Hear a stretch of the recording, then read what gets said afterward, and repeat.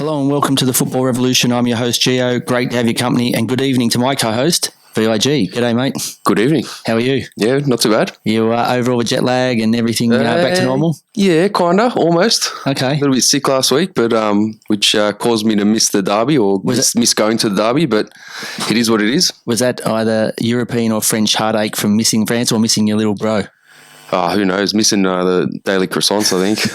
That's about it. No, I think maybe you're upset and feeling a bit sick because you're realising how much it's costing you now to eat what you were eating over in France. Oh, yeah, 6 times as much.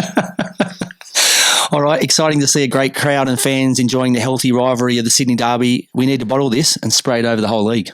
We do. We need to... Can we come up with a plan? We need to spread it. There's too many clowns that don't know what they're doing. Can we come up with a plan for this? Look, if we come up with a plan, I think we can make some good money from it. But look, it was good to see, big crowds right across the league. Even Adelaide and Melbourne Victory on Friday night was unbelievable. But we need to harness that, and we need to piggyback off it now. And it's a shame that we're going into a break. Yeah, the momentum stopped. And we're going to have to build it back up again. But it was fantastic to see. It's the only sport in this country that can do something like that.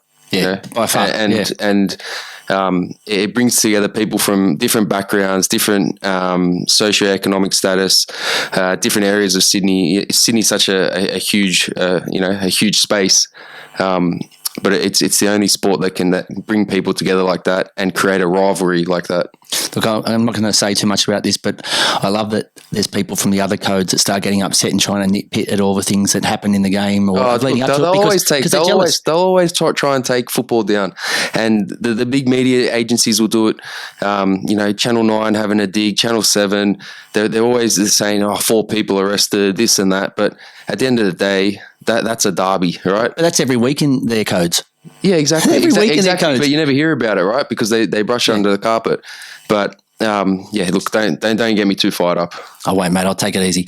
All right. Thanks once again to our on-the-ball listener, Ryan, who flagged with us Joe Travolta Gauchi dancing in the change rooms after the victory game. He told us last week when he was in the player escape room that his dancing was stinking. Is that now confirmed or rejected? I think it's confirmed. Sorry, Joe, but no. Look, can keep. Fantastic keeper. Great keeper, great hands, feet. I'm not sure what he's doing with his arms. Just move your feet, son. I actually really enjoyed it. It was good. Look, it's good to see. No, I thought it was fantastic. You win a football. I was more worried about the outfit he was wearing. I was hoping he didn't turn around. I thought he might have been like the night watchman in cricket. He was last man. He had his pads on ready to go. Look, fantastic. You've got to celebrate the good moments and celebrate the wins, and you got to have good fun in the sheds after the game when you've won a big game like that. So hats off to him, and good luck. I love you, Joe. I'm supporting you, mate. You can dance anytime. I'm happy to go for a dance with you anytime you want. Dinner and a dance. There you go. All right. The Socceroos squad was named, which is always going to divide people and cause debate, and that's why we love football. What did you make of the squad selected by Arnie? Okay, before you get into anything, for me, look. Any glaring omissions you would have had in your army to take into battle? Look, Mitch Langerak is 100%. That is a shocker. Like, why bring him back? Why bring him back when he's retired because he wanted to spend more time with his family? If you're not going to select him, don't bring him back. And look, if you bring him back and his form is poor, okay, then you just say, look, sorry, I got it wrong. But when his form's still been outstanding in Japan, you definitely take him. Yeah, look, he for me, he should have been on the plane, 100%. The other one, Denny Jonro, and then you could probably throw a blanket over a hat full of left backs that are pretty unlucky not to make it. Jason Davison, Alex, and even Callum Elder. I know he's injured at the moment, but the three of them not going over Joel King, who again was a unused substitute last night. I think he's played something like 250 minutes this season. For me, it's not good enough. Look, and this is nothing against Joel King because I think he's a good footballer, but form and minutes and playing time, which is what Arnie said the team will be based on and picked on, he doesn't tick any of those boxes. Yeah, look, I'd probably add to that. I would have either taken Tilio or Arzani just because they add something different. They bring something out of the box. And in a game, look, as we've seen with Quoll coming off the bench, he can change a game. You want players at a World Cup that can change a game. If you've got too many players that are similar, then you have the same game plan. You want an A, B, C, D, E, and F. They've taken Quoll over Tilio. Yeah, but Tilio and Arzani, for me, aren't the same player as Quoll. So I would have sacrificed someone else. But look, at the end of the day, we hope that we're not discussing this in 3 weeks' time. We're hoping that he got it right and that we are successful at the World Cup and we get through to the knockout stage. But only time will tell. 5 more games to review in our final revolutionised roundup until after the World Cup football feast is over. We've got something else to replace that, which we'll talk about in our clinical finish. Any news you want to mention before we move on? Is there anything that you've seen in the news or anything that's got under your skin a little bit? No, not really. Okay, that's all right. No. I'd give you an opportunity. I just sometimes think that maybe I haven't given you the floor. No, we've spoke. We'll talk about the derby and we'll talk. We spoke briefly about the Socceroos, but the less I say on that, the better, I think. All right, mate. They can I prefer not to speak because if I speak, I might get in trouble, man. They can direct message you if they want to. They can, always. Because that way I can see the listeners get stuck into you again. I actually enjoyed every second of that. Bring it on. Okay. This week in the player escape room, we're joined by Sydney FC's newest recruit and very likeable defender, Adrian Vlastelica. And table update going into the World Cup break. Melbourne City on 16, only a draw ruining a perfect 6 from 6 starts for them. Back in second is the Wanderers on 13, who've enjoyed a fantastic start and probably the best they've had in quite a while. Adelaide, after their great victory on the weekend, sitting in third on 11. Macarthur in fourth on 8. Central Coast back in fifth on 7th, but they have a game in hand after their first game against the Jets was postponed. And rounding out the top 6, also on 7 points, is Sydney FC. Perth Glory is now at the foot of the table on 3 points. They've taken over from Western United, who, after their first win of the season, have leapfrogged them. But the Glory do have a game in hand as their game against the Raw on the weekend was postponed. So my weekly wrap has been replaced by a shout-out dedicating a weekly song to a team or player for their good or bad performance. This week's shout-out could have gone to either Alessandro Delamante or Jed Drew for both of their very late winners for their clubs. It could have also gone to Graham Quoll, who had the perfect preparation for going to Qatar with his cameo off the bench. Did he score 2? He scored 2, penalty and another great finish, great touch, and the finish is just absolutely blasted it. But so could have gone to any of those 3. But the shout out for me this week goes to Cassini Yengi, Montel Jordan. This is how you do it for the winner in the. That is how you do it in the derby. Absolute rocket. Cut inside and just smashed the net down. Cut inside. He held off, and then absolutely blasted the net apart. We can tell he's got no kids because he had no respect for the white wiggle. Absolutely smashed it. Great wiggle, white wiggle.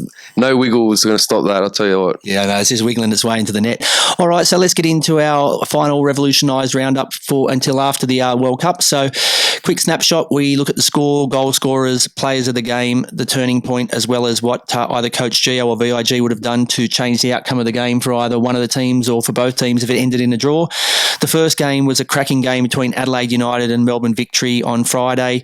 Final score was 3-0 to the home team and well-deserved. So fantastic performance by Adelaide, and that would have given Carl Vitt a lot of satisfaction going into the international break. The goal scorers were Ibasuki in the 37th minute, Craig Goodwin from the spot in the 86th minute, and then Ben Warland, who's starting to become a bit of a goal-scoring machine here in the 91st, grabbing a third to cap off a fantastic night in Adelaide for the home team. Yeah, comprehensive. That's all I can say. It was absolutely comprehensive from start to finish. Victory were just nowhere near them. Just the intensity by Adelaide, the intent. I saw a bit of Carl Vitt's, a snippet of his pre-match speech, and the lads, they just looked fired up. They had it fire in their eyes right from the get-go. Craig Goodwin flying into tackles, chasing back. Just an out-and-out all-round team performance that just dominated Melbourne Victory. Is there anything he would have been unhappy with? I know that would make him a very tough marker, but if that was your side, is there anything that you still would say, okay, I'm fussy, I want perfection, I'm not happy with this, or you just think that's a game where you just walk into the video session and you say, guys, just enjoy the movie, here's some popcorn, enjoy it, fantastic viewing? Yeah, look, I think you got to celebrate it because you know it's not often that you play against a big team like that, like Melbourne Victory, or you're playing like a Sydney FC or a City. And you come away with a clean sheet and a 3-0 win. I think you got to go in the sheds after the game, pat the lads on the back, give them some space, tell them to go out and enjoy it and celebrate because, you know, if you don't celebrate those moments, then what are you playing football for? But what a fantastic way for Adelaide to go into the break where they get now, you know, on a real high. It's probably a bad time for it to finish for them, but Victory, you've got to wait a long time now to go back out and redeem yourselves. So it's the highs and lows, right? That depends on your last performance. But that's football, and then, you know, you're only as good as your last performance as well. So, you know, there's always another game of football. So for Victory, now they can regroup a little bit, work on a few things and hopefully come back a bit stronger. The player of the game for me, Ibasuki, showed his class with a brilliant header that cracked the game open for me. It was fantastic. It goes to show, look, I don't use the word loosely, but world class does come to mind because that header, the ball was a great ball, but there was still a bit of work to be done. Yeah. And Izzo is a very good keeper and he's hit that with perfection. So I think, look, he showed his class, but for me, definitely the player of the match was Ryan Kiddo. He created Hiroshi's goal, plus he created a few other chances which unfortunately they didn't finish, and then he defended for his life. He was everywhere on the park, and I think in a team full of fantastic players for Adelaide, I would have given the gong to Ryan Kiddo. Yeah, look, he's a fullback, attacking fullback, loves to get forward, so he's always up and down the wing, puts some lovely balls into the box, like you said, and he's come away with a clean sheet as well, so you can't ask for much more than that. Yeah, the turning point for me was not starting Brimmer and D'Agostino. It started them on the wrong foot, and I reckon it would have upset the squad. Now, I know the couple of boys who probably came into the squad would have been excited, but I reckon that if you are someone who likes all the boys and you look at it fairly, I reckon that was just too early, too soon, or I think that you could have played certain combinations in a different way. And this goes back to last week where I said this year it's really starting to come down to the coaches making the right decisions, whether it be the starting lineup, whether it be the substitutions, whether it be where you play players. Victory got it wrong on the weekend, got it wrong badly, and that's not to say Adelaide didn't play very, very, very well and deserved their win, but I'm saying it could have been a lot closer game if the Victory had gone out with the right game plan and the right formation, and then that leads me into what would have Coach Gio have changed. I would have partnered Bruno and D'Agostino, not replaced them. So D'Agostino came on for Bruno. I would have played both those guys up top, plus I would have left Nanny on and brought on Brimmer instead of replacing Nanny with Brimmer. Yep. I would have taken off a CDM or a defender. So having four at the back there, okay, if you can't defend with four, that's great. If you can't defend with three, well, you're going to get beaten anyway. I would have given myself, when you have all that firepower that you have in the team, I would have gone with three at the back, especially when you've got players like Miranda and really quality defenders back there, as well as a really good goalkeeper. I would have gone with three, or I would have sacrificed either Brillante or Marchand. Is it Marchand? Yeah, Marchand. Yeah, I would have given up one of those guys. You've got all these firepower, and I thought Nanny was good. And so I don't think he deserved to be lynched unless he was injured. And if I am, then okay, I take that back. But if he was fine, there's no way I'm taking off Nanny when he looked good.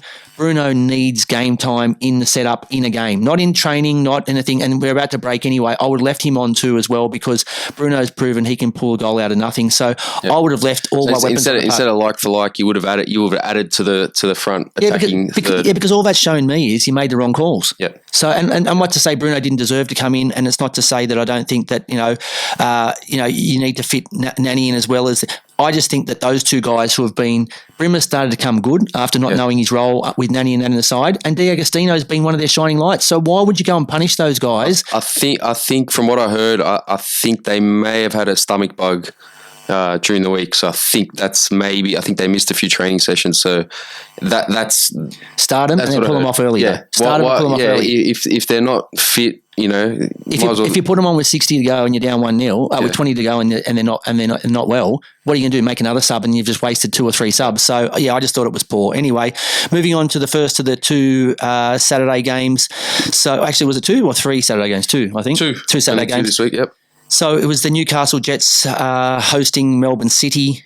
Final score was 2-1 to the away team, Melbourne City. City make it 5 wins and go into the international break clear at the top of the table. Michael Weir, Superman howler, and Tilio slipping Hoffman to set up. J-Mac gave them their goals. Thanks to the outstanding Tom Glover, only friendly fire Scott Jamieson could beat the City keeper. So I think they were unlucky. They had plenty of good chances. I think Tom Glover just showed why he is one of the best keepers in the league, because he kept their goal protected, except for when Captain Jamo decided he wanted to get his name on the score sheet. But look, to be honest, I think that the Jets had plenty of opportunities to get something out of this game. It was just great defending by City. But you just can't give away goals like that, though. Jets, we keep saying this week in, week out. This year, last year, the Jets just love giving away charity goals. And not against City, right? You can't hand Melbourne City goals. I don't know what the keeper was doing. He's come out there. If you're going to come out, you got to take everything, right? You got to take the ball there. You got to take the player. You got to take the lot, right? You can't just come out and just duck the ball. Like, you love that, didn't you? Like, what are you doing? Like, it wasn't on his highlight reel. I can put it that way. He could have got the ball, right? And he's taking a look up. He's pretty much just I don't know. It's unexplainable. I don't know. Look, just before we move on to the big Saturday game, O'Neill's red card was a tickle me Elmo. It was so soft, honestly. It was probably something that little Giannis, your son, plays with, the little tickle me Elmo doll. If that really hurt the Jets player, I'm a monkey's uncle. Yeah, I agree. Honestly, if guys are trying to hurt, we're playing contact. If guys are trying to hurt sport, each other, right? I'm happy for you to throw cards around. Sport, yeah. But there was no malice in that. There was no intention, and you could tell he was upset about it because of the fact that he got a stray arm, but it was a stray arm. There was no venom in it. It's intent. Intent's the word, right? If there's intent there, then red card. If there's no intent, yellow card, and we move on. It was poor. All right, so moving on to the cracking Sydney derby. So big 34,000 or whatever it was, which is outstanding. I've got the official figure. It's 34,232. Yeah, amazing. And you weren't there because you weren't well, but bad luck. And so tell us what was the score, and tell us how you saw it. It would have been 34,233 if I was there. But yes, was sick last week. Had to stay home and watch on the big screen, but it was Sydney FC versus the Sydney FC, West Sydney Wanderers, 1-0 to the Wanderers. Goal scorers in the 70th minute was Cassini Yengi with absolute rocket. My player of the match was Marcelo, the centre back. Just a leader. Like, that's what you want from your captain, directing traffic around, absolute rock solid in defence. And then, when players are getting in the scuffles, he's the first in there, right? I was going to say to you. This is what tipped it for me, when Donaghy came in and he thought, I'm a big lad here, and then all of a sudden this guy from Marvel comes in and the shirt gets pulled down a little bit lower on his shirt so you can see his big chest, and it's this guy's a superhero. Absolute unit, isn't he? He's a beast. But that's what you want from your captain. That's what you want for your leaders. He's played in big derbies all over the world. It was actually a fair matchup because he went for Donaghy at one stage. Our mate Max Burgess was in there, and I was thinking, if he gets near you, Max is gone. I'm coming down to save you. Max is gone. He was gone. But yeah, I thought he was tremendous at the back. Rock solid. Obviously Yengi had a good game for me. I thought he could have done a little bit better. He had a chance earlier on in the game prior to his goal that I thought he should have finished. And then Ninko as well. Like, if in case you were wondering, does Ninko still have it? Yes, he does. Yeah, look, and I think ex-Sydney boy Neuenhoff also was excellent, and he went out there and went about his business just to show them that they did the wrong thing. He's no frills, yeah. He's no frills, but he's a tremendous player. What I actually loved too was at the end when, and I thought the questioning was average at best, but when they were asking Ninko about, does he still love Sydney FC, you could see he was ready to have a cry, right? And he said, I've still got all the jerseys at home. The questions they asked him was poor. I think it maybe helped him from crying, because if he was asked proper questions, I think he probably would have. So it probably saved him the embarrassment of crying. But look, he showed his class. I think Neuenhoff also did. It was a bit of a shame that we didn't get Jack Rodwell thrown in there for an extra explosion. But look, it had everything in that game. You bring Marco Rudin back to where he made his name at Sydney FC, and he's gone there and won at Allianz, which big blue man. They haven't done for a while. But I definitely loved your big beast too at the back that you said was your man of the match, because especially off set pieces, God, he looked dangerous. Oh, he's a machine, right? What a great signing. And you can tell, and bring us more of those players to the league. he's got experience. He's played at top level. He's played in big derbies. He knows what it's about. And he put in. He wants to be here. Oh, 100%. And you can tell that he's got a love for the Wanderers and a love for the club, and he's taken on that leadership role tremendously. And he's only good for. Not only good for the Wanderers and the fans and everyone, but he's good for the players at the club as well, especially the young players. He's got a pretty handy centre back there with him too, doesn't he? Tommy Merceler. He does. God, that was smart bringing him back last season. So they're both experienced. He's calm, cool. He never looks like anything flusters him. He's just calm under pressure. They're both big lads. They win balls in the air. Both good with their feet. So they've got everything. Both their wing backs were good too. Yeah. Yeah. Borello going forward. Look dangerous. Oh, are you talking about the left and right back? Yeah, I thought Traore and is it Clure? Traore and Clure, yeah. Clure was fantastic, yeah. Borello was good. Borello was another guy who probably unlucky not to make the Socceroos, but you can't take 80 blokes with you. But I think given a few more weeks, maybe he would have edged his way in, but unfortunately time wasn't on his side. All right, well let's move on. What was the turning point? The turning point for me was Ninkovic's one-on-one miss, right? At that time, I think the game was sort of it was in a bit of a lull, right? That happened, and I think the Wanderers all of a sudden went, oh, hang on a sec, we can win this, right? And then they flicked the switch a little bit, and from that moment, the belief grew, and within 10 minutes of that, they'd scored the winner. Crowd's going crazy. And from then on, they went on and shut the game out. But the warning signs were there for Sydney, right? There was the Yengi chance, then the Ninko chance, but nothing changed for them, right? So for me, what I would have changed if I'm Corica, I think they were crying out for somebody in the midfield to hold on to the ball, right? So in that second half period where the Wanderers were starting to get on top, momentum was shifting. Sydney they couldn't get control of the ball. They couldn't. There was no one on the pitch that could just put their foot on their ball, hold the ball, and make a pass. And for me, that person is Max Burgess on the bench. He's so comfortable on the ball. So I would have put Max on maybe at half time or 10 minutes after half time. I think after they conceded the goal, it's too late then. Yeah, look, the thing for me also is, and I don't know, Sydney just seem to lack a little bit of depth of the other teams in the fact that, okay, you don't have Alfie at the moment. Patrick Wood is a good worker, but he's not your marksman for me. So he's not the sort of guy where when you're under the pump and a ball comes in. Perfect example was Prijovic came off the bench the other day and out of nothing, he gets an equaliser for you. Patrick Wood's not that guy. So if Alfie's not available and Max Burgess is a different type of player, they had to go and buy another striker who's capable of scoring goals, who's an out-and-out finisher. They don't have that at the moment. So I don't know what Correca could have done. Honestly, I'm the same. I think Sydney are in big trouble if they keep having injury problems. Their squad depth isn't great, and I think they're in trouble.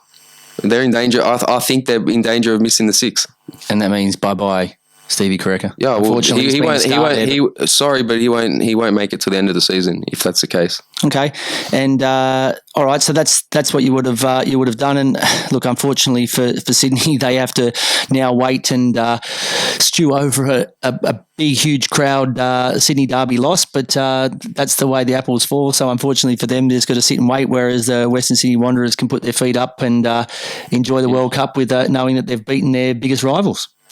All right, so moving on to the first of the Sunday games, and that was the Wellington Phoenix versus Western United. So the final score was 3-2 to Western United, which gave the champions their first win of the season, and it couldn't have come any sooner for John Aloisi's men. I don't think they could have gone into a World Cup break without a win. I think they would have torn each other apart. I think they would have probably self-destructed. So it came at the right time for them. I don't know how the Phoenix actually lost this game. It was probably an unlosable game. They found a way of, I suppose, grabbing defeat from the jaws of victory. I think they did. It was like a snatching defeat from the jaws of victory. Yeah. It's like a Indiana Jones movie. But the goals were Zawada with his first for the club in the 22nd, Kraev, the very impressive Kraev in the 59th. And then from there, the game just changed. In the 64th, Trat pegged one back for Western United. Prijovic comes off the bench and equalises in the 84th. And then Diamante in the 95th to give them a 3-2 win and a much-deserved 3 points. For me, the player of the match was Jamie Young. 2 magnificent saves, including stopping Barbarossa's penalty at 1-0, allowed Western United the chance to make the fight back. If that second and third go in, 2-0, 3-0, see you later. Forget about it. And, I think Phoenix are really well organised from what I'm told from all the lads. Wolfak spends a lot of time with tactics and those sorts of things, and he's probably one of the most tactical coaches in the league. So I think if they're up 2 or 3, it's game over and they shut up shop and that's all she wrote. So I think, thanks to Jamie Young, and I think he's been still really good this year, but in a team that's losing, it's hard to look good. So I think he deserved that. If no one else in the team did, I think he definitely deserved that, and 3 points he can sit and rest on now that they go into the break. For me, the turning point was in introduction of star players Diamagic and Prijovic, who turned the game on its head.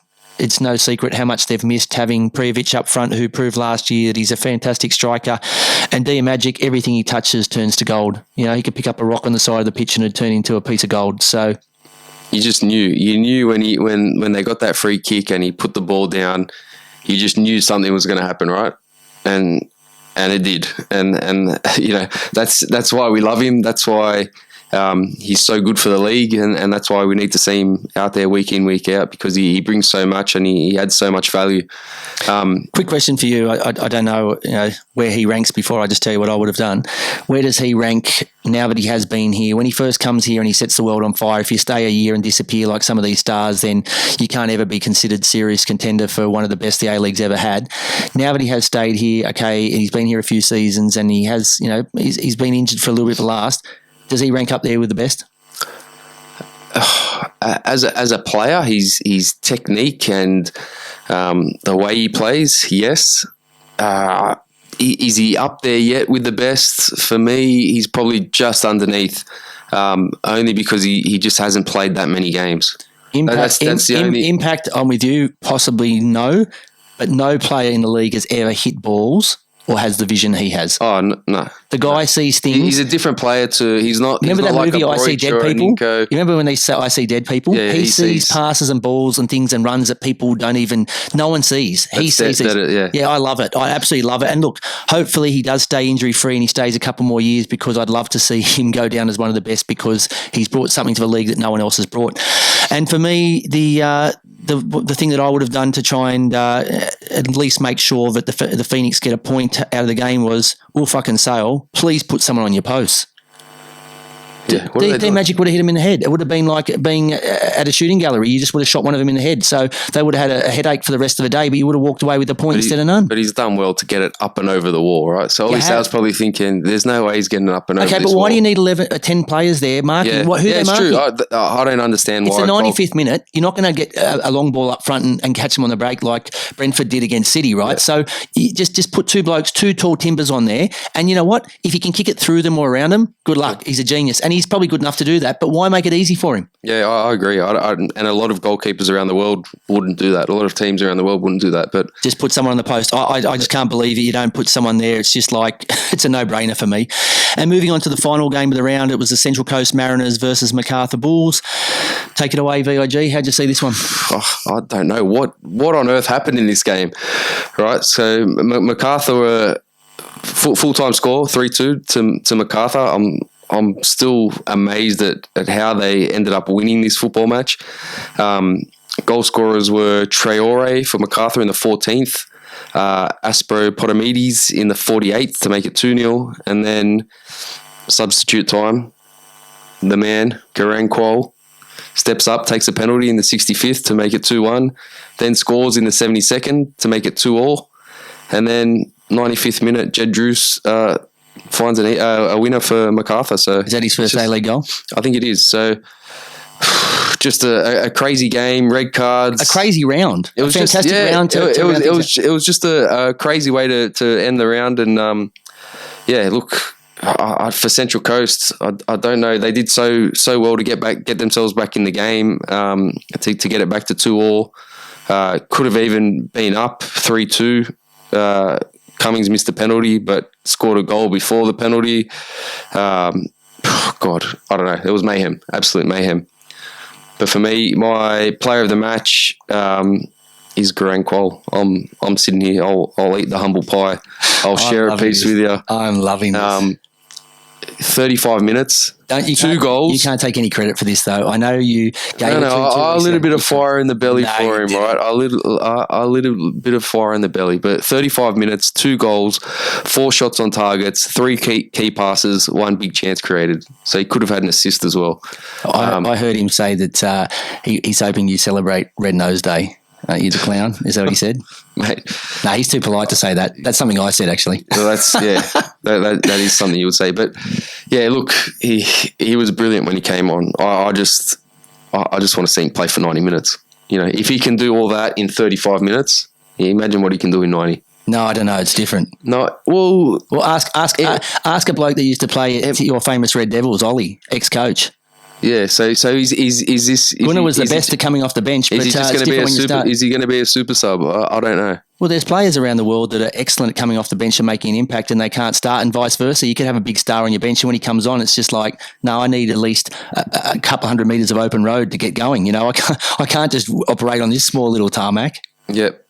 Anyway, look, the turning point for me great was news for the Socceroos. Oh, but even better news for. Does that mean now is he got games back with Central Coast, or does he move off to the Geordies and take up his career at Newcastle? I'm not too sure. I think he might be going across in January sometime. So I'm not sure if he comes. I'm not sure if he comes. I'm not sure if he comes back and he plays a couple games, which is quite possible. And then in January he moves across. But if he sets the world on fire at the World Cup, he's not coming back. That's the last we've ever seen him on these shores.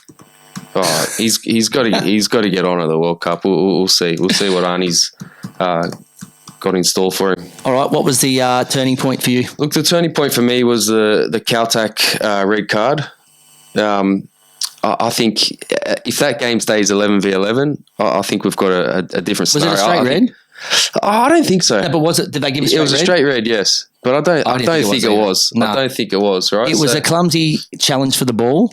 No intent to try and stop or disadvantage the attacking team, even though it may have. And there was a player to the side of him. I don't think. And Rosie never milked it. Rosie just got up and went, okay, fine. He got up and thought foul, maybe yellow card. We move on, but straight red. You know that.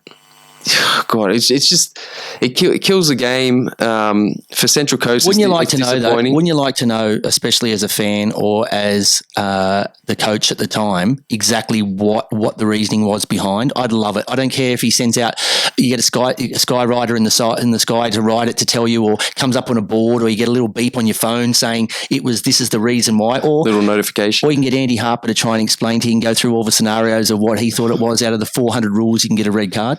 Yeah, look, I don't know. For me, it's a yellow card, and that's it. It's not, you're not denying a clear and obvious goal scoring opportunity. And he was brilliant for them last week. He was a player of my match last week, and then all of a sudden you got a big hole in the centre of your defence. Yeah, it was good. All right, and then you've got to sacrifice an attacker, so they had to bring off Marco Tullio. Yep, not to be confused with Marco Tullio. You're trying to confuse me now, right? I had to bring him off. I had to bring him off, right, to put another defender on. So it just sort of killed the game a little bit. And then MacArthur go 2-0 up, another soft goal. Just poor marking in the box. And from there you think, all right, it's game over. MacArthur going to cruise to victory here. But to their credit, Central Coast, subs came on, and like they have done all season, they've made an impact straight away. So it was good to see them get back into the game. And what I would have changed, the Mariners had an absolute brain explosion in the final minute from that corner, right? So they've all gone up. They left themselves, exposed, open at the back. And I think they just forgot that they had to defend for a little bit. They'd already gone to get a good seat for the World Cup. They'd already switched off. They'd gone to the airport or something. I don't know what's going on. No, they're going to. I think they're going to one of the islands, one of the Pacific Islands, for a bit of a getaway and a couple of games, a couple of friendly games. So I think they were worried they might not get a good spot on the plane, or they might not get was it an EasyJet flight or something? You got to queue up. It's like, or you want to make sure you get the early flight so you can get a good seat in the World Cup room they're going to have set up. So I don't know what it was. They'd already tried to leave too early. They just left. They'd left the ground. I don't know what was happening. But they've got to be smarter there, right? They've got themselves back in the game. They're a man down. At that stage, it'd be nice to go on and score the winner. But you've got to be a little bit conservative as well and think to yourself, all right, maybe a point's good enough here. But do you also look at it from a point of view that you love a team that's not happy to settle for a draw? They want to go for all or nothing. I know as a fan that's a bit disappointing, but that's a nice way to look at football, isn't it? Yeah, 100%. It's a lovely way to play the game. But yeah, and one more thing, I touched on it before, but if you're Nick Montgomery, please, for God's sake, just start grand qual. Play him from the start of the game. Give him 90. I want to see what he can do. He might not get a chance now. He might not. And look, I do respect that they went for the win, but instead they walked away with a pumpkin. They got nothing. So now they have to sit and wait, watch the World Cup, and then come back and make up for some lost ground. But and their last game was the Perth versus Brisbane, which unfortunately was postponed due to incorrect facilities or unavailable facilities or something like that. So look, their ground is not ready. Perth Glory's ground is not ready. Okay, case closed. That's the bottom line. Case closed. All right. So up after the break, as we said, we'll have Sydney FC's newest recruit, Adrian Vlastelica. So we'll speak to him soon. Catch you after the break.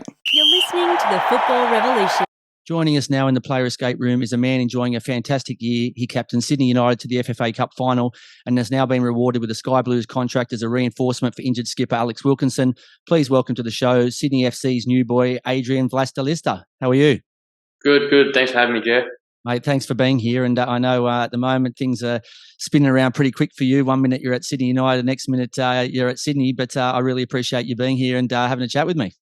No problem at all. Pleasure to be here. Mate, first, congrats on the Cup run and finally getting a senior A-League contract. I like seeing hard work pay off, but also we're both Capricorns, so I was already in your corner any which way. So you already had a fan in me. It helps. Look, it's an exciting time for me and I hope I can put my best foot forward in the next 3 months. Mate, so I did ask you off air, are you married or do you have a partner or whatever? So I was going to ask. So obviously being a Capricorn, Earth signs are Capricorn, Virgo and Taurus. Does she fall into one of those star signs? She does. Excellent. What star sign is she? Capricorn as well. Okay, look at that. All right. So I like you even more now. That's good, mate. Well chosen. But, mate, just for the listeners, a little bit about your history. So about 10 years ago, you had a season in Croatia before returning to Australia with the Mariners youth team. Tell us about those experiences. Yeah, so once I finished school, I went over to Croatia to play. I spent a season over there, which was excellent. And then the opportunity back home to come play for the Mariners youth team came up. So I took that opportunity and that was a good season as well for myself. Learnt a lot and just really built on it from there. And been in and around the NPL since then. Mate, like I said, I think Wilco wouldn't mind me saying this, but I think you make the best of your luck, and Wilco's had an amazing career. So if he has to park it for 3 months to give you an opportunity, I think you're well deserved, especially after all the hard yards you've done, as well as the excellent cup run and leading, like I said, Sydney United to a final is a fantastic achievement. Yeah, look, the cup run was amazing for everyone involved, and it put a lot of the boys back, on the national stage and on the window. Boys that have been there previously and boys that haven't had that chance. So I think it was a good opportunity for everyone. I think you and Sydney United are a glowing case for we need an NPL 2, right? We need an A-League 2, right? We need a second tier. We need a competition where we can start getting more and more players onto that stage to be able to show what we're capable of. And it will not only strengthen football here, but it'll strengthen the national team as well. Yeah, I think definitely. I think, like I said, there's many boys, not only at Sydney United, but throughout the NPL across Australia, whether it's New South Wales or Victoria, that have either been in the A-League and, been unlucky or haven't had that opportunity to be seen. The FFA Cup, excellent opportunity for everyone. But I think if there was a second division, a lot of boys would be able to show their abilities and, perhaps get an A-League gig or whatnot and kick on from there. And it would definitely help, being only 12 teams in the A-League, give younger boys opportunity as well. And then I think that just strengthens everything up into Socceroos. Yeah, definitely. So tell us about the deadly duo, which is you and your dad, Miro. So not many players can say they've been coached at a high level by their father, but you can. So tell me about that. And that reminds me a little bit of the Clearys in the NRL. So there's not many of them around, but how's that been for you with your father? Yeah, it was good. Look, he obviously took over halfway through the year. We're in a pretty bad spot as a team at that point. He rejuvenated us, and he got us ticking again and putting smiles on faces, and then we just built from there. And yeah, look, all the boys loved him, and it's obviously a pleasure to work with him as well. Being my dad, so it's special in that way. But yeah, look, as you can see, he turned the results around and turned it into a great season in the end. Mate, and he gets the double bonus of seeing that your hard work and his hard work has got you a gig at Sydney. So both of you have got a win out of that. Is he a little bit tougher on you, mate? Does he ask a little bit more of you at training in the games because he's your flesh and blood? Look, he treats us all the same, all the boys. Chris Payne will tell you otherwise, but Okay. nah, he's fair on us, but obviously, he's always going to have that expectation, being my dad, of to perform well and whatnot. But yeah, look, he sets the bar, and we as a team just have to meet it. I can imagine he'd be super proud of you at the moment. But not the result you wanted on the weekend. But how was your debut against the Raw? Yeah, it was good to get it off. Tick it off, as you can say. The A-League debut. Look, obviously not the result we wanted. We obviously prepared well and had our game plan, but we didn't execute it well enough on Sunday, and yeah, it didn't come away with a result. But hopefully turn around this weekend in the derby. Mate, there was a lot of emotions, obviously, for you and your family, being, all the hard work you've put in to get your first senior appearance in the A-League. Were you nervous? Is it something you went out, or you're just so used to playing football now, whether it be MPL or whether it be in an A-League, you've just gone out and then said, I know what I'm doing here. I can play football, so this is just another game for me. Look, going into it, I was thinking about it like, I didn't think I'd be nervous or anything like that. And coming off some big games we played in the Cup, against the A-League teams, I thought I'd be okay. But yeah, there's always a little bit of nerves, first start for a new club.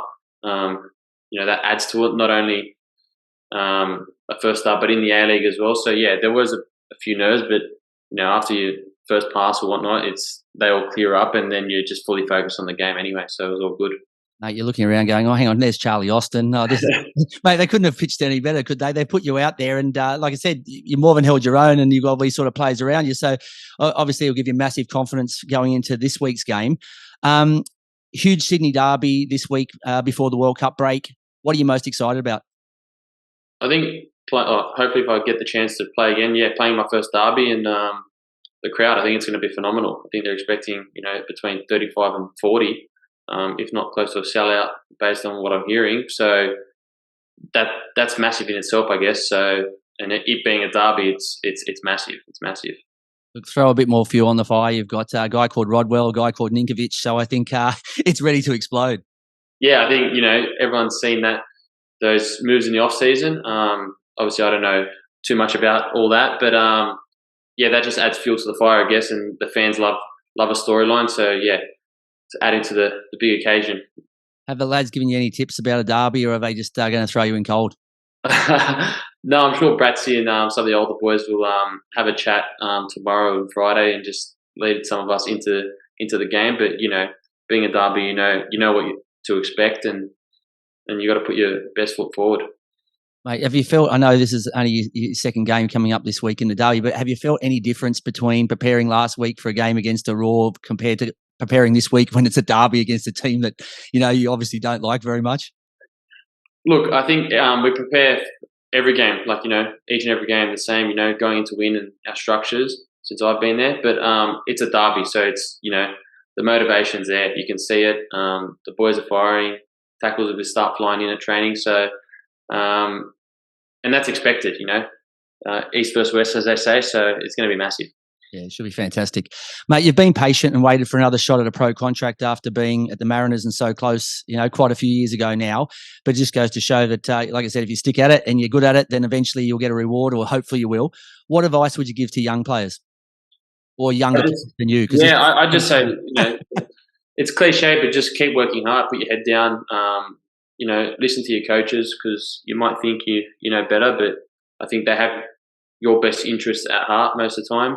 So just keep working hard, and even if things don't go your way, you just got to keep plugging away, I guess. There's been heaps of opportunities. You see boys now getting into the A-League a little bit later, and that's just down to hard work for a lot of them. So, you might get knocked back, numerous times when you're younger, but that shouldn't deter any young boy or player or whoever it may be from, putting their head down. Just use it as another building block to take yourself to the next level. Excellent advice, and in your case too, listen to your dad. I'll try. All right, mate. So we're going to get into one of the first two games that I like to play with my guests, and I've been kind to you because usually we ask 6 questions comparing you and your new Sydney FC teammates, but you may not know them well enough yet after only a few weeks, and I still want you to be the most popular new teammate in the change room. So instead of throwing you under the bus, I'm going to let you take an educated guess at telling me, not comparing you and a player, but just telling me in the whole playing group, or it could even be including the coaching staff, who you think is the most applicable for top of the pops for each of these categories. You ready to go? Yep, there you go. Who was the most welcoming? Most welcoming. Oh, that's tough. I'm going to say that's even. Everyone, the whole group. Okay. Great squad. Mate, I didn't need to play it safe for you to be the most popular teammate. You've already done it. Who trains the hardest in the gym? In the gym, oof, that's a tough one. We've got a few gym lovers. I'd say young Adam Vlastelica, the goalkeeper. He loves a bit of a chest session, so yeah, he'd be close. Okay. Is this are these sessions totally different to what you used to at Sydney United? They're a bit more serious, yeah. I was thinking you'd say that, but yeah, look, it's probably a bit of a step up, but hopefully you get to stay there and keep training like that. Yeah, definitely. It's good. It's a good learning experience as well for myself. Mate, you've only had one meal with them. Who eats the most? Oh. Who tucked away the food? So when you were playing against Brisbane, who just sat there? I don't know if you're going to put. That's a tough one. I was on my own plate up there, so I wasn't paying too much attention to anyone else. I'm just going to go with myself, I guess. Yeah, I can't. Yeah, that's a hard one. Was the food good? It was no complaints. No complaints. Okay, awesome. Who takes the longest in the shower? James Donachie was late to lunch today, so we'll go with him. Okay. Take him in the shower, yeah. So we'll go with Donks. I was going to throw in either Retray because he's just got the perfect hair, or maybe I don't think that moves whether he's before training, during training, or after. So I don't think that matters. Yeah, I was going to throw in Retray. I was going to throw in Ryan Grant. I was going to say he's just trying to get his right or come up with a new one. So maybe he takes a bit longer washing his hair. But all right, we'll go with Dongy. Who is the funniest? It's a pretty funny team. Funny boys, actually. Donachie's always good for a laugh as well. Yeah, big Jimmy. Yeah, no, he's good for a laugh. But Bratsy gets involved there. No, all the lads. No, it's pretty good. Okay. And the last one, who has the best dress sense? Is there someone that comes there, maybe they've forgotten that, like I said, they're not on the catwalk. They're actually in the change rooms getting ready for an A-League game or for a training session? Well, that's tough because, like I said, I'm pretty new. So that's a tough one. I haven't... What about bling? Is there someone that wears bling watches? And I'm not a watchman, but is there someone that has the watches or the earring? Nah, the boys are pretty laid back. You know what I mean? There's no one's flashing anything around. So it's pretty casual. So right. It's a training so far. So haven't been out with the boys yet. So I can't really say. Mate, like I said, it would have been easier if your coach was Dwight York, right? You could have then thrown someone under the bus. That would have been a lot easier. But correct. Steve Correca looks a little bit more down to earth than all night Dwight. Yeah, all night Dwight. That would have been an easy one. But yeah, that's a tough one. All right, let me throw in a bonus one. Tell me one thing you know you're much better at than one of your teammates now. So straight off the bat, you've only been there, but this is like the thing. Even when you're at kindy, primary school, high school, you go in there and straight off the bat there's something that you're better at than people in that class or that room. Who have you got covered on one category? Any category? Any category? Yeah.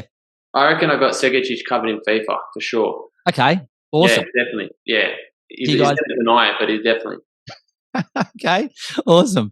All right, mate. You passed that with flying colours. So let's get into the second game we like to play with our guests, which is two touch. I'll give you a word or a couple of words, and you just tell me in 2 words what your thoughts are on it. If occasionally you step over the mark and you go 3 words or 4 words, we can live with that. Just give us something. All right, too easy. Singing. No good.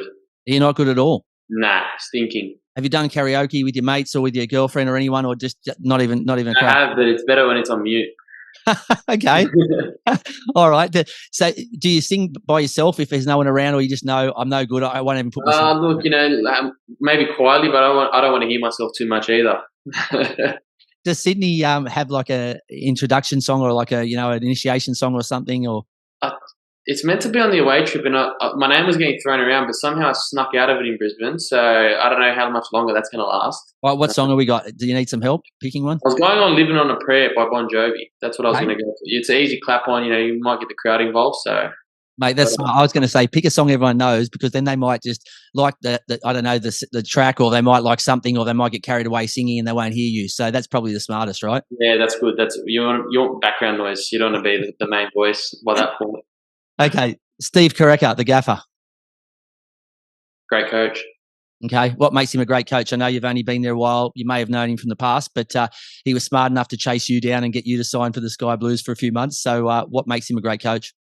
Just little pointers and things that he's pointed out to me since I've been there, that I've taken on board, that I don't know or understand, and just little pointers that in video sessions and whatnot I've just picked up on, and just overall. Okay, I'm not going to ask you who's a better coach, Sydney FC coach or Sydney United coach. I won't do that to you, mate. You can just text me privately if you like. All right, seafood. Sometimes. Okay, so what do you like and what don't you like? What gets crossed out off a list and told no chance, and what's the stuff that you like to hoe into? Prawns are good. Okay, they're Prawns good. are a hit. Yeah, but you don't like cleaning them, do you? You don't like... Nah. Right, Just have to be peeled and cooked. Yeah, not for me. Just eating them. Yep. Salmon, no. Salmon's a no. Yeah, Okay. no. Oysters, no. Nah. Mate, I'm a bit shocked because, like I said, European background, like I said, I'm Italian background, and usually they like to put in their pastas and this and that. And correct, yeah, not me. Yeah, that's what I'm saying, mate. I'm a bit prawn shocked. pasta, a good prawn pasta, it's a hit. But there's no marinara; it's just a prawn pasta. Not a marinara fan. Nah. All right, I'm kind of guessing I know which way this is going based on your first answer, but dancing. Yeah, nah. No good either. Okay. Nah. I'm not. Nah. I wouldn't rate myself dancing. No. So if the missus said to you, let's go on the dance floor and have a bit of a dance, no chance? Oh, look, that's more of a chance of getting me up to sing. Okay. I guess this is a fair indication. All right. So the good news is Sydney doesn't have a dance initiation, so you're okay. Yeah, that's okay. I can back that on a night out. All right. Video games. Very good. Very good. Okay, so you play a bit. I know you let the cat out of the bag a little bit earlier that you're a FIFA player. Is there anything else? Yeah, don't mind some COD, playing some COD with the boys the other day, and some NBA 2K, but probably my strength would be FIFA. Okay. Sega has got me covered in COD at the moment. I'm going to have to work on it. Okay. I just love it. I'm continually trying to tell my son, he's 12. He's a footballer too. He plays at Sydney Olympic, and I keep saying to him, mate, if you want to be a good footballer, you got to get off the games. And then every time I speak to players, they're telling me I was on FIFA. I love this. I play games. I'm this and that. And it's like, that's half the problem. It's half the problem. It is half the problem. And I keep saying to him, trying to send him the right message, and the boys keep telling me, I love FIFA and this and that. And I said to him, I finally got one player, and I said to him, mate, I'm just happy that you don't have a bachelor of video games. And he said, actually, I do. And I was like, you're the only player that I thought. I even found out off the Mariners one day that 11 of them logged into FIFA and played as a whole team on FIFA. 11 of them all. Yeah, pro club. It sounds like a pro club's game. Yeah, that's what it was. And I was sitting there going, I must be in a different world. I don't mind playing with my son, but I didn't even realize there's pro clubs and all this stuff. So I'm outdated. I have to catch up on this, I think. 100%. It's good stuff. November World Cup. 50-50. Okay, smart. Look at this guy. He's a thinker. Mate, maybe you're a midfielder. Maybe you're not a defender. Maybe you're a midfielder. Back in the day, I was many moons ago. But I'm going this way. Going this way. Yeah, I was going to say you got the smarts there, mate, to be a thinker in the midfield. So, yeah, what's your thoughts on the why don't you like it? I don't like it because I'm very sort of, I like how it always has been. So the June or July. The tradition. Yeah, I know. And I like the tradition of the World Cup being there. Yep. However, let me put this point back. I was going to be on break from everything. So it was a good time around Christmas to be able to, holidays, watch football, break from work and this and that. So in that sense, had a lot of free time. In June, July, it's a bit harder. So I didn't mind that aspect. And I think what I don't like, it's in the middle of the season. So obviously we've got Redders going now, which is great news, but the season stops, everything just sort of just stops for the World Cup instead of it being in the break, I guess. Yeah, look, it'll still be sensational, but I'm with you. I think once you put a bid in, you bid for what you're offering. You can't go and change it and say, oh, we're going to do this and can we have it in a different time of year and that. I just don't like that. I think if you're going to be a straight shooter, you just tell them what your pitch is, and if your pitch is right. And I think it affected Australia getting an opportunity because it was a fake pitch, right? It wasn't real. 100%. So that's probably the thing that really annoyed me the most, because you get a World Cup and pretty much FIFA pays for all your awesome tournament, awesome stadiums, your rebuilds, your infrastructure, your transport, and we were cheated out of that opportunity. We may not have won it, but I just felt that we weren't in an even race because we raced against someone who put in a fake bid. So, 100%. Like I said, I'm very traditional in the sense that I think it should be played June, July, as it always has been, or since I've known anyway. This just throws it off, but I guess, Australia wins, it's a great Christmas present. So, mate, excluding the Socceroos, I think I know the answer to this one. Who else are you cheering for? The 2018 runners-up. Okay. So right. People can do their research, or they may know who that is. Yes, mate. Croatia. Yeah, look, they've also got a little guy in the midfield who looks like it'll be his last World Cup, so it'd be nice if he could go out a winner. But lots of big names look like they'll be heading out the door after this World Cup, but I'm sure there'll be plenty more trying to take their spots. Yeah, and I think that's the other hard thing is the amount of people missing. I know every World Cup player's missed through injury, but I don't know, it just seems like there's a lot more this year. I don't know if it has anything to do with anything, but because usually you're on break, right? Now you got pre-season. The clubs don't care you got a World Cup coming up. They want you fit for what they're paying you for, which is to deliver in the whatever domestic league as well as Champions League, right? And so you've had to jam more games into a shorter period to make sure. 100%. So yeah, I feel like there's been Champions League on every Wednesday or every Thursday morning. Just so I wake up and there's the Champions League's on again. It's true. There is this game, and look, I never thought I'd say that too, but I think I'd never say there's too much football, but there is too much. Not as a fan, but watching them, I feel for the players, right? That it's too much that you're putting them through, and players are getting rested because they're exhausted. We're 11 games into or 12 games into a Premier League season, and guys are getting a rest because they're tired because they're pushing them to their limits. And, a lot of these guys are valuable assets to the club. If they start breaking down, you've just blown your dough. 100%. And like I said, the club's obviously paying for these guys, and obviously they love representing their countries as well, so they'll never turn that down. As you can see from, I don't know, people probably saw the Brazil squad announcement, how much it means to them over there. So, look, it's a hard one, but I guess, like we said, if you're going to put a bid in for the World Cup, it should be June, July, like it always is. Mate, excluding either of your heritage, who do you think will win it? So take them out. Just say we're not going to. You can't choose Australia or the other team that were runners up previously. Who do you think will win it? That's a tough one. Sydney. I'm going to say Brazil. Okay, you reckon Brazil? But look, considering you see the players like Firmino and that who have been left out of the squad, it's like John West. It's the ones they reject that make them the best, right? They've got guys who could play in any other team and they're not even going. That's the scary part, the depth of these countries, even Argentina. You can't ever count out Germany, Spain, like you don't know. England, you don't know. One day we might start seeing in qualifiers there'll be Brazil A and Brazil B, qualifiers.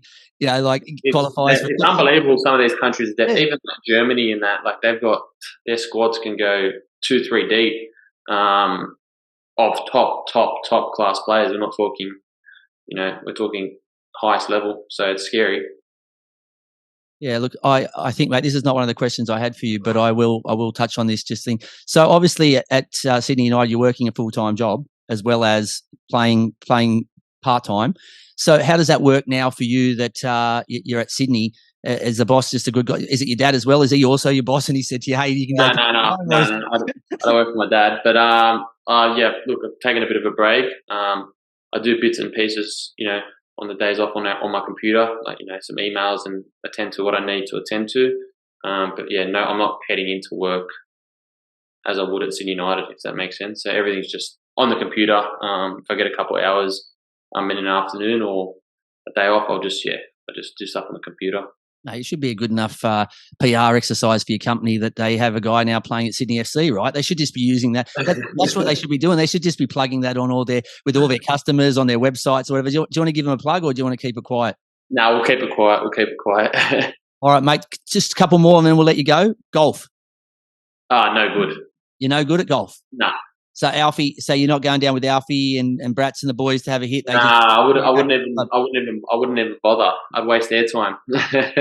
Have they invited you, or you just? Not yet. But like I said, no good. I wouldn't even know where to start.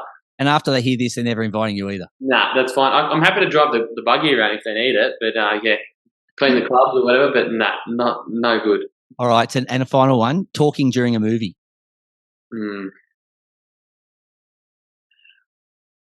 Nah. Do you talk during a movie? Not that I talk, but sometimes you get a bit distracted. You need to ask a question to whoever it might be. What happened? Then I talk, but generally no. What about if other people around you are talking in the cinemas? That's no good. In the cinemas, no talking in the cinemas, no. Okay, so nothing, just absolutely dead silence. You have a laugh or whatever if it's a funny movie or whatever, or you might whisper something, but not chatter, no chatter. All right, mate. Well, I'll make sure that, like I said, if we're in the same cinema, I'm going to text you and tell you I'll be quiet and I won't say anything. Or just keep it quiet, just a few little whispers. All right, mate. Look, we really appreciate your time. It's a really exciting time for you. Fingers crossed you do get to stay in the Sky Blue, and if not, at least get an extended A-League contract. I think your performance this year and all the hard work you've put in, you at least deserve that. And we wish you all the best in the Sydney Derby on the weekend. And hopefully, like I said, things go to plan and you guys get the result you want. And then you get a few weeks off or whatever just to watch the World Cup. So you do get your wish. The only thing is you'll still have to be turning up and seeing the boys and Steve Koreka, less Redders at training each day until the season continues. I think it's 10th or 12th of December. But, mate, until then, thank you very much. It's been an absolute pleasure, and I've loved every second of chatting with you. Thanks, Jay. I appreciate your time and your support. So and hopefully we can get a win this week in the Derby. All the best, mate. Right, thanks, Jay. You're listening to the Football Revolution. Welcome back to the show. We thank Adrian for his time. It was great chatting with him. We wish him all the best with his time at Sydney FC, and we thank him very much for being on the show. Up now, it's our clinical finish, and the first award we give out in our ending section of the show is our What the Foot. For me this week is only one winner. Victory's performance with that squad. Popovic, please explain. Nani, Brimmer, hey, Fornaroli, D'Agostino, Falami. The list goes on, right? Miranda, and you go out there against Adelaide and you get touched up. It was like boys against men, wasn't it? I did. I saw a tweet somewhere saying this is the best victory squad they've had in years, yet they've dished up a performance like that. One of the worst. And not only that, on the back of a fantastic performance last week.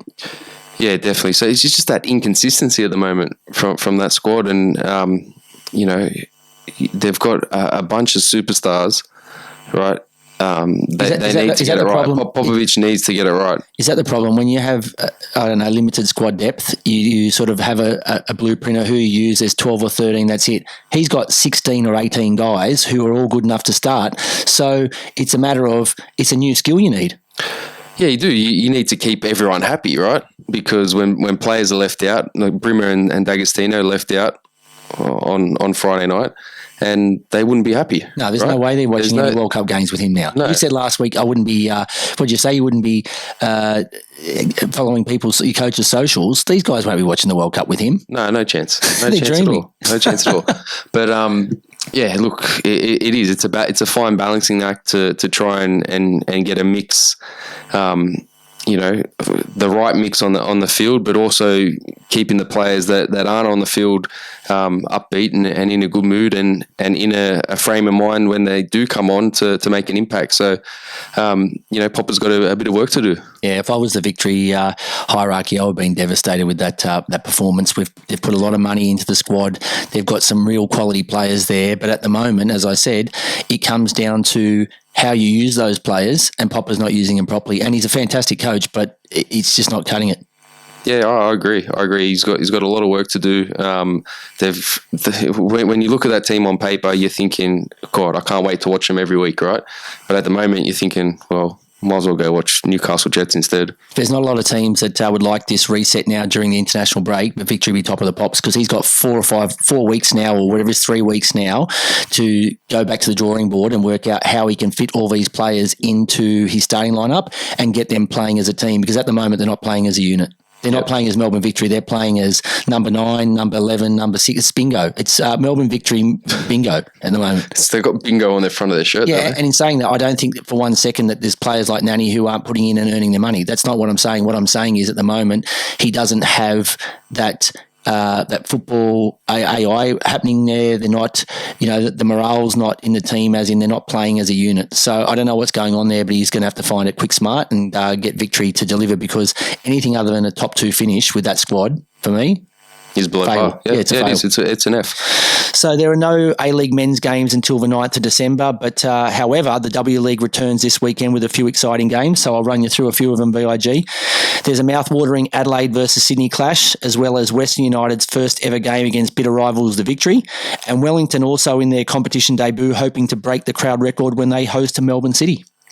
Very nice. I'm looking forward to seeing Western United debut for the women's team, for their club. So I think that'll be one to keep an eye on. And like I said, Adelaide, Sydney, 2 teams that have been there right from the beginning. Sydney always very strong, and Adelaide at home. Generally pretty strong as well. So looking forward to that one. Look, it makes total sense for all the men's teams to have the corresponding women's team, so that finishes off the pair. But I always find it a bit strange. Canberra's got that women's team, but they still can't get close to getting a men's team. How does that work? They're nowhere near getting a men's team at the moment, aren't they? No, but so you can't have your pairs. You can't have your so everyone's got their pair, and everyone's got a dance partner except for them. Who do they dance with? They can dance with the FFA All-Stars. Dancing with the moonlight, I think. That's about it. But, look, we've said for a long time now, and, Canberra, every time there's talk about an expansion club in the A-League, Canberra's always thrown around, but nothing ever comes of it. So, I think one day they will have a team in the league. Maybe if Ricky Stewart changes codes, they might, or Mal Meninga, they might get a team. What do you reckon? Potentially. They have a bit of power. They've got a bit of pull, don't they? Yeah. So, look, really exciting times for the... I'll tell you what, they would be good to see a Canberra United jersey, right? A-League kit with the big milk. I knew you'd say that. Yeah, I know. That'd be gold, wouldn't it? How good. Yeah, so look, at least we've got some football back home, as well as the football we were watching in Qatar. So this will just be back-to-back football. I think no sleep. I think it will be black bags under your eyes and multiple coffees at 10 paces for the next month or so. Well, the next couple of shows we do, we're not going to be in a good place, I don't think. So let's just enjoy it. Let's enjoy the football that's coming up. Absolute smorgasbord. World Cup, it doesn't get much better than that. And a bit of women's football as well. Let's just make a commitment that we try and make as much sense as we can for the listeners, right? So at least that we're coherent, right? Oh, I try and do that every week, but with no sleep, doesn't always happen. With no sleep, You're in good training. You've got a young child, so you should be in good training anyway. With no sleep. Yeah, no sleep, and the travel still wearing off on me. So all right, I hear the violins, but they're getting quieter. The World Cup kicks off on Monday week with host Qatar entertaining unpredictable Ecuador, so it should be an entertaining and interesting first game. Oh, that's a great game, Qatar and Ecuador. Yeah, jeez, it is. Looking forward to that one. You'll be up for that one. The Socceroos have deja vu as they open their campaign on Wednesday against the Mitre of France, hoping for a different result to 4 years ago. Let's hope so. But it's going to be tough. We spoke about this. The curse of the previous winner. Is it 2 in a row now? Is this going for its third scalp? I think it was Germany out in the group stage, or Spain out in the group stage, Germany out in the group stage, and now hopefully it's France out in the group stage. But look, if I'm completely honest with you, I can't see that happening. If that happens, and all you have to do is beat Tunisia to get into the group stage, that is like the Stephen Bradbury of World Cups. 100%, isn't it? 100%. But I'm looking at the France. I'm looking at the France squad, and I'm thinking there's not a chance that this team is not going to rock up and not going to play. I'm with you. I look at it, right, and I love things like tradition and these sorts of voodoos and all these things. But if this happens, I'll believe in magic. If they can get knocked out because of this hoodoo of previous winners getting knocked out in the group stage, I will believe in magic. Oh, I'm with you. I'm going to bring my magic. I'm going to bring in my magic tricks and start doing them on the show. If it happens, look, I can't. Look at the squad. I'm going to run through it, right? So Areola, Lloris, and Mandanda, goalkeepers. Defenders, Axel Disasi, Lucas Hernandez, Teo Hernandez, Ibrahima Konate, Jules Koundé, Benjamin Pavard, Remember his goal from the last World Cup? Absolute screamer. William Saliba, Upamecano, Varane, Camavinga, Fofana, Guendouzi, Rabiot, Tchouaméni, Veretout, Benzema, Ballon d'Or winner, the People's Ballon d'Or, the best striker in world football at the moment, bar none. Right? Lewandowski is number 2. That's plain and simple. Antoine Griezmann, Kylian Mbappe. Right? You telling me these players aren't going to rock up? Mate, if they don't, Nkunku and Marcus Thuram. This is better magic than Harry Potter if it happens. I can't see it happening. I just can't. And if it does, I'll eat my magic hat. Yeah, and you know what? Any team that wins it will be going, I'm not going to the next World Cup. Whoever wins this World Cup, if France get knocked out of the group stage, so I won't be going. Might as well skip one and go to the one after. Yeah, just throw it. We were replacing as mentioned earlier, we were replacing our revolutionised roundup during the A-League break with our weekly World Cup wrap, which we're calling the Peely Awards. So, Peely. Yeah, we'll explain it a little bit more as we get closer or as we start next week. But for anyone that's watched Kicking and Screaming, which is a US or a Hollywood movie that stars Will Ferrell and there's a few other famous actors in there, they don't pronounce it Pele, they pronounce it Peely. So we'll play a bit of the footage as well throughout the weeks to show you exactly where we got the Peely Award from. But for me, it just makes me laugh. I think it's good fun and it sits with our genre, which is always trying to have a good time while giving you some good football info, but having a laugh and enjoying ourselves and, living the best life we can, following the best football in the world. So that's what we're going to do, the Peely Awards. And we're also going to give you a W-League snapshot as the Women's League here, our Premier League, Premier Women's League kicks off here. We're going to get behind them and start to give you a bit of a snapshot on the weekly results there and what we've enjoyed in that and what's happening. So, yeah, 2 big things to expect to come forward is the W-League snapshot, which we can maybe give it a cooler name, and our Peely Awards. Looking forward to it. Yeah, I can't wait to give out the Peely Awards. I've got a special weekly award within those awards to replace our Kakar Dior, which I know that the listeners really enjoyed. So we're going to have 6 awards that we give out, probably similar awards to the past, but we'll just rename them with a cooler spin and something more applicable to the World Cup. But keep an ear out for that next week, and we're looking forward to bringing that to you. TFR Fantasy Update. I can't even speak. I'm so disappointed. I've had 2 excellent weeks, but what goes up must come down. Yeah. Crashing down as well. Yeah, so for me, my round 5 total was 44. Absolute shocker considering I've had 96 last week and 130 odd the week before. So my total is 459. Your score this week, VIG, was 74. 74. So not incredible, but solid. Okay, so what's that take you to? So that takes me up to 436. So 436. I'm still sitting a little bit behind you. But I still go into the international break with a bit of a buffer, which I didn't think I'd have. Yeah, look, I'll give you that. You've got what? Almost 20 points on me. But if this was a boxing match, they would award it to you because you've won more rounds, right? So I'm just happy to be ahead. So you've had the one big knockout round. You out. Yeah, no, you've had the one big. You've knocked me down, right? But I've won the other rounds. But yeah, we go again. What did you do with your team? Tell us quickly what you did. Well, I shouldn't have done it. I'll tell you what. So I brought in Jake Brimmer. And I brought in... So you cursed him for me, yeah. And I brought in Clayton Lewis. I was tempted to bring him in. Been talking about Clayton Lewis and how good he's been. And he's dangerous from... He takes set pieces. So I thought, why not? Let's bring him in. So I brought in Lewis. D-Magic stole his thunder. And I also brought in Callum Talbot. So I made three subs. Probably, I wish I made more. Who are your heroes and who are your zeros? Heroes, Gabriel Kleur, 12 points in defence with his clean sheet. I thought he was outstanding. He was excellent. I did sub in Paul Izzo for Lawrence Thomas. Big mistake. 13 points, Thomas. Paul Izzo, 1. Excellent. Great work. Absolute disaster. I'm enjoying that because otherwise you would probably peg me back. 2 players that didn't play, Carl Jenkinson and Jack Hingett. So that's I've played with 9 men. But yeah, Amalfitano 8 points, Piscopo 7, and J-Mac up top got me 14. So not too bad, but yeah, definitely room for improvement. I might have to sit down with Popovic and we'll just have to regroup, and I'll have to figure out how to make this work? Mate, I had a bit of a Montgomery moment because I traded 2 players and still have a little cash in the bank. I did want to trade for Goodwin, but I was too slow again, and the game had already kicked off, and boy, was that costly. He had a goal and assist. What a surprise. So too slow, and I knew it, but too bad. But I traded Piscopo for Kraev and Austin for Marco Tilio. Both of my subs were in my top 3 performers, so I did do a bit of Montgomery. But what really hurt me was Captain Cummings with -10. So he was at -12 at one stage, which was -24. He ended up, I think, with -5, which gave me -10. Arzani was on the bench, so he got a big fat duck egg. Matty Miller, who's been really, really good the last few weeks scoring goals, was -1. And Tommy Aldred, no game, giving me another 0. So I played with 10. I did get my keeper right. Lawrence Thomas gave me 13. Tilio gave me 11. And Kraev, who I brought in, gave me 14.